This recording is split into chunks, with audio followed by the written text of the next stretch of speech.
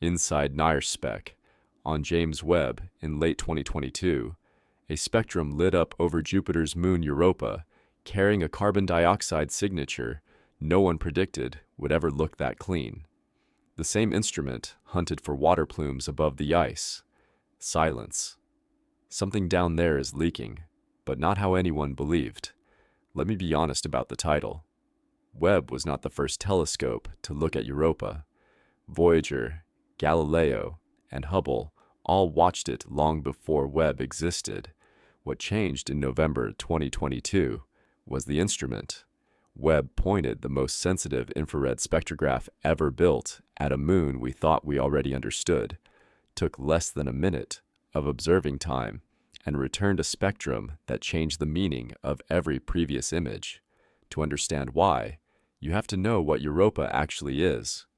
Picture a moon slightly smaller than our own, orbiting Jupiter roughly 600 million kilometers from where you are sitting. Its surface is one of the smoothest solid surfaces in the entire solar system, an ice shell so young that almost no craters survive on it. Underneath that ice, hidden from every telescope humanity has ever built, is an ocean of liquid salt water, estimated to hold roughly twice as much water as every ocean, sea, and lake on Earth combined. We know that ocean is there. In the late 90s, the Galileo spacecraft flew close enough to measure how Europa distorts Jupiter's enormous magnetic field. Only a conductive layer near the surface can produce that specific pattern of distortion, and salty water is exactly the kind of conductor that fits. Later, Hubble picked up sodium chloride, ordinary table salt, sitting on top of the ice in certain regions. The ocean model stopped being a guess. It became measured, but an ocean sealed inside 20 to 50 kilometers of ice is not a place biology can easily reach us from. For any of it to matter, the ocean has to be talking to the surface. Something has to be pushing material up from below where our telescopes can taste it. That is where Tara Regio enters the story. It is a scar of disrupted terrain on Europa's leading hemisphere, roughly 1,800 kilometers across, made of what planetary scientists call chaos terrain. Blocks of the original ice crust look like they have been shattered, tilted, floated apart, and refrozen in place. It is one of the geologically youngest regions on the whole moon. Whatever process resurfaced, Tara Regio did it recently, and it did it violently. And Tara Regio is exactly where Webb saw the carbon dioxide light up. Now think about what should have happened. Europa has been sitting in space for 4.5 billion years. Comets carrying carbon have hit it. Micrometeorites carrying carbon have hit it. Interplanetary dust has been settling on it since before Earth had a solid crust. If the carbon dioxide on Europa's surface came from any of those external sources, it should be smeared across the whole moon like a thin, invisible frost. That is what every delivery model predicted. That is what almost every scientist expected. Instead, Webb saw the carbon dioxide clustered. It sat inside Tara Regio like a bright chemical stain, dropping off sharply outside that region. Two independent teams, one led by Geronimo Villanueva at NASA Goddard, another led by Samantha Trumbo at Cornell, published their results simultaneously in the journal Science in September 2023. Both saw the same pattern. The most chemically interesting element for biology as we know it was concentrated inside the youngest, most recently resurfaced region on the entire moon. I want you to pause for a second and feel where that puts you. The carbon in your bones, the carbon in every cell of your body, the carbon in the air you just exhaled. Every atom of it was forged inside a dying star long before our sun existed, then swept up into the cloud that eventually formed this planet. The same element, born from the same chemistry, is now sitting in a bright patch of ice on a moon of Jupiter, and something moved it there. The first thing scientists tested was the obvious answer. What if we were wrong about external delivery? What if the concentration in Tara Regio was some kind of statistical accident, a place where comets happen to hit more often, or where Jupiter's radiation happened to produce more carbon dioxide from other surface molecules. Those checks did not survive. The location alone kills the cometary story. Space debris does not prefer one region of a moon over another, which left one detail with no home. The teams also measured the isotope ratio of the carbon on Tara Regio, carbon-12 to carbon-13, roughly 83 to 1, with an uncertainty of about 19. That number matters more than it looks. Every source of carbon in the solar system carries its own isotopic fingerprint, and the fingerprint sitting on Tara Regio does not match the profile of carbon delivered from space. It matches the profile of carbon born somewhere inside Europa itself. That isotope ratio is what forces the story to change, because if the carbon did not fall onto Europa from outside, then it came from inside, and the only place inside Europa that can produce that much carbon dioxide in a chemically distinctive form is the hidden ocean beneath the ice. But scientists are stubborn, and rightly so. Before letting the ocean into the explanation, they tested a second conventional possibility. Jupiter's magnetic field is monstrous. The radiation trapped inside it slams into Europa's surface constantly, breaking apart molecules and rebuilding them into new ones. What if the carbon dioxide was not delivered and not internal at all, but manufactured on the surface by radiation acting on some earlier carbon-bearing compound already in the ice? The radiation processing idea has real teeth. It explains carbon dioxide on other icy worlds. It fits the general chemistry of Jupiter's environment. For a moment, it looked like a clean answer. Then the same details that killed cometary delivery came back to kill radiation processing too. Radiation from Jupiter does not stop at Tara Regio. It sweeps the entire trailing hemisphere with brutal efficiency, and much of the leading hemisphere as well. If radiation was the source, the carbon dioxide should trace the radiation map, not the terrain map. It doesn't. It ignores the radiation pattern completely and follows the geology instead. And the deposit looks fresh. It looks recent.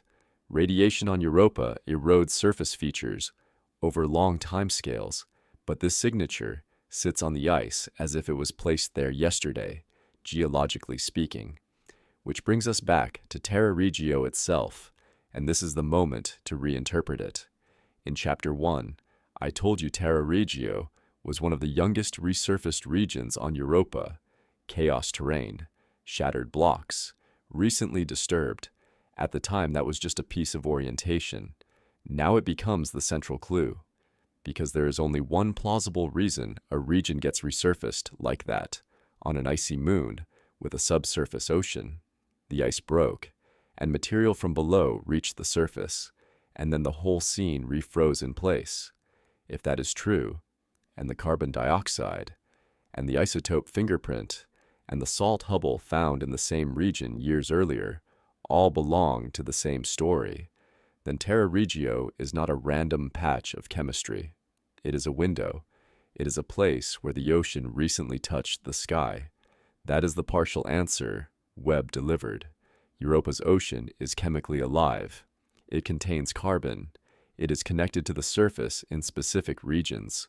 The moon is not a dead ice ball with a fossil ocean underneath. It is an active, chemically communicating world. You would think that is the end of the discovery. It is not, because Webb was pointed at Europa for a second reason too, and the second reason is where the mystery breaks open. Along with the spectroscopy of the surface, the same observations searched for plumes, rising columns of water vapor, escaping through cracks in the ice, carrying material from the ocean directly into space, where a spacecraft or a telescope could sample it.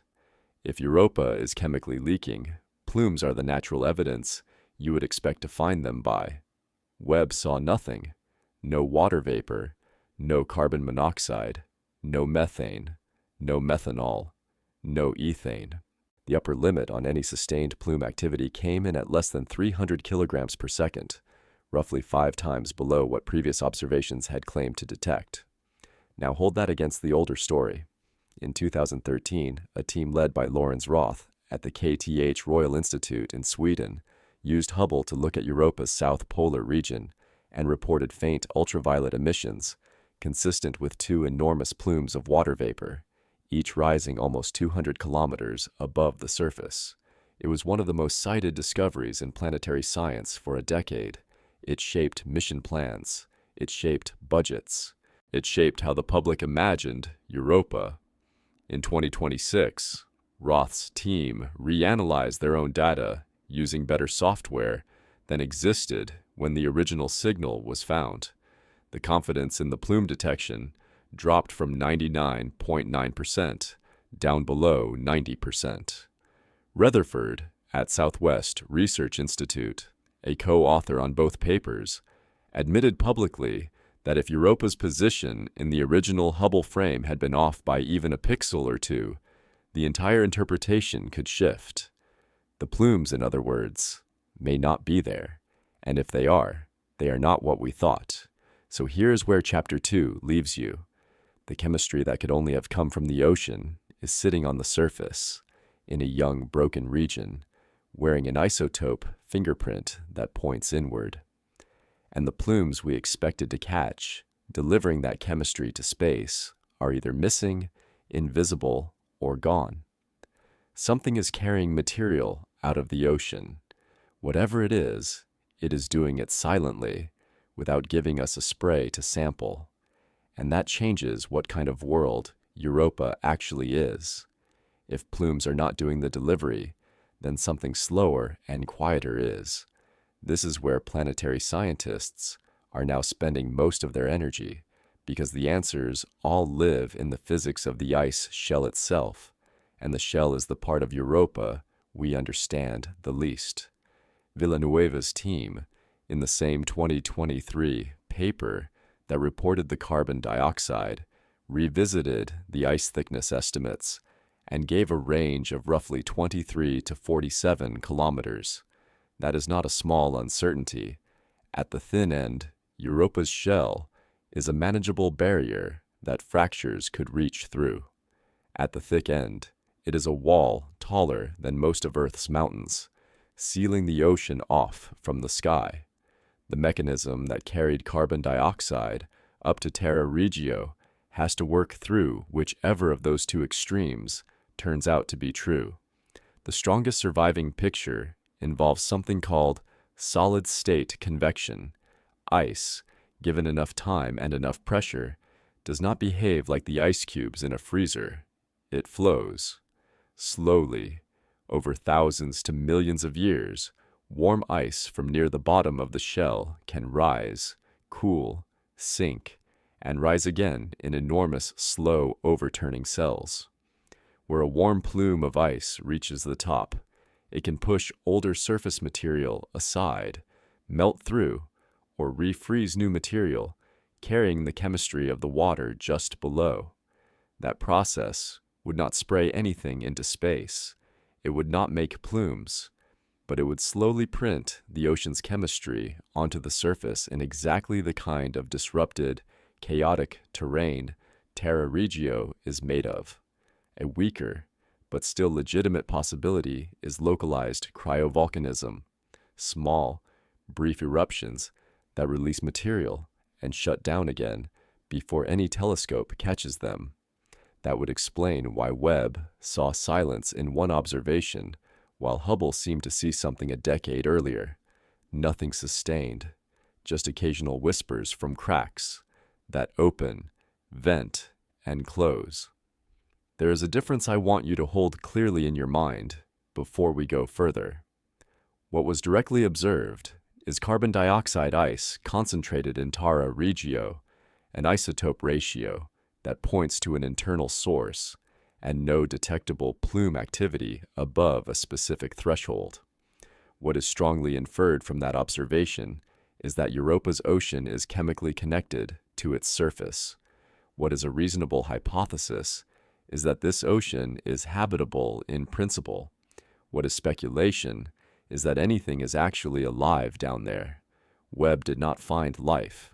Webb found the conditions that make asking about life scientifically legitimate.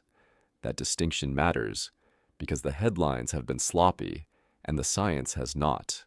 Carbon, liquid water, chemical disequilibrium between the ice, the ocean, and the rocky seafloor below. Those are the ingredients we recognize as the starting kit for biology on this planet. On Europa, all three are now on the table, not as speculation, but as observation, inference, and hypothesis stacked in the right order, which is why the missions currently in flight suddenly matter more than they did before September 2023. NASA's Europa Clipper launched in October 2024 and is scheduled to arrive at Jupiter in 2030. It will make 49 close flybys of Europa, some at altitudes low enough to fly through the moon's thin exosphere, and directly sample whatever is drifting above the surface. ESA's JUICE spacecraft, already on its way, will study Europa's Galilean neighbors and add context to what Clipper finds. Both missions were designed and funded before Webb's discovery. Now they arrive at a moon that has already been told by an infrared spectrum that it has something to say. Go back to that image I asked you to hold at the beginning. Webb's mirror-gathering light that left Europa 45 minutes earlier, catching an infrared signature no one had ever cleanly resolved before. It looks like a picture of a moon. It is really something else. It is a sealed letter that slid out from under a locked door. We can read the ink now. We cannot see the room where it was written. We cannot see the hand that wrote it, but the message is real, and the handwriting matches nothing we know how to fake with cosmic delivery or radiation chemistry. So does the title survive? Yes, but honestly, Webb did see Europa for the first time with the instrument that mattered, and something is happening. The ocean is writing its chemistry onto the surface, quietly, in a specific young region, through a mechanism that does not need eruptions to work, that is not the same as finding a portal, or aliens, or a broken law of physics. What it is real. Europa moved from a moon we suspected was habitable, in theory, to a moon we have measured exchanging biology-relevant material with its ice shell in practice. That is a bigger jump than it sounds. It is the difference between a locked box that might contain something and a locked box that has just slid a note under the lid. One question keeps the researchers who study this moon awake at night. Through what mechanism does a wall of ice 30 kilometers thick allow carbon to reach the surface while apparently holding water back? Convection is a candidate. Cryovolcanism is a candidate. Some combination of both is a candidate, but nobody has demonstrated it. And the same mechanism that decides how the message gets out may also decide whether anything down there is alive to write the next one. Europa Clipper reaches Jupiter in 2030. Until then, we watch a locked ocean by reading the ink it leaves on its own ceiling.